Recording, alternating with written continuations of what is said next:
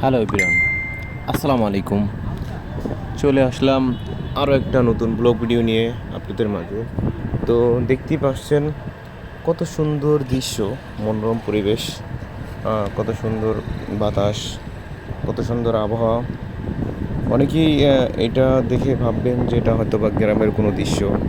আসলে এটা গ্রামের কোনো দৃশ্য নয়, এটা হচ্ছে ঢাকার মধ্যেই কোনাপাড়া এরিয়ার বাতাস রে, ভিতরে কলজা খুবই জুড়ে সুন্দর যায়।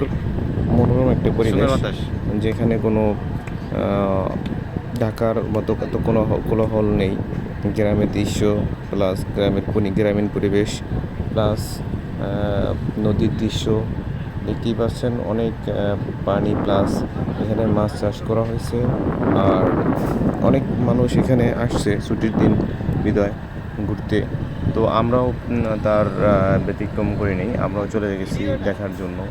তো রাতের বেলায় দৃশ্যগুলো আর সুন্দর লাগতেছিল, তো সেজন্য আপনাদের মাঝে ভিডিও তুলে ধরার চেষ্টা করলাম। তো আপনারা দেখতে পাচ্ছেন কত সুন্দর পরিবেশটা, আর কত ভালো লাগতেছিল। ঢাকার এই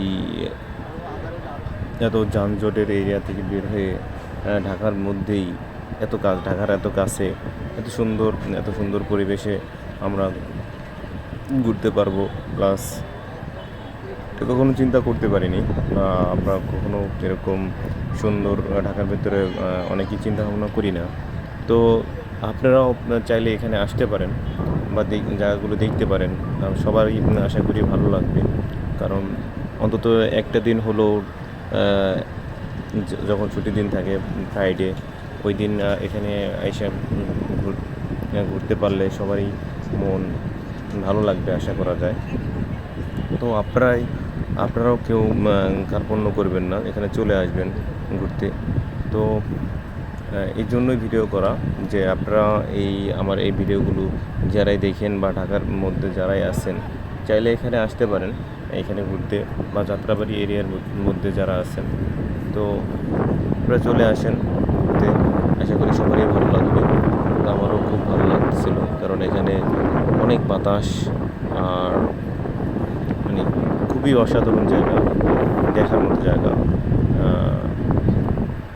ভালো লাগার মতো জায়গা। তো আজকের ভিডিও এই পর্যন্তই। সবাই ভালো থাকবেন, সুস্থ থাকবেন। আর আমার চ্যানেলটা এখনও যারা সাবস্ক্রাইব করেন নাই, সবাই একটু আপনাদের প্রতি অনুরোধ থাকবে, যে ভিডিওগুলো যারাই দেখতেছেন সবাই একটু সাবস্ক্রাইব করে দেবেন আর পাশে থাকা বেল আইকনটা বাজিয়ে দেবেন। আজকের ভিডিও এ পর্যন্তই। আসসালামু আলাইকুম।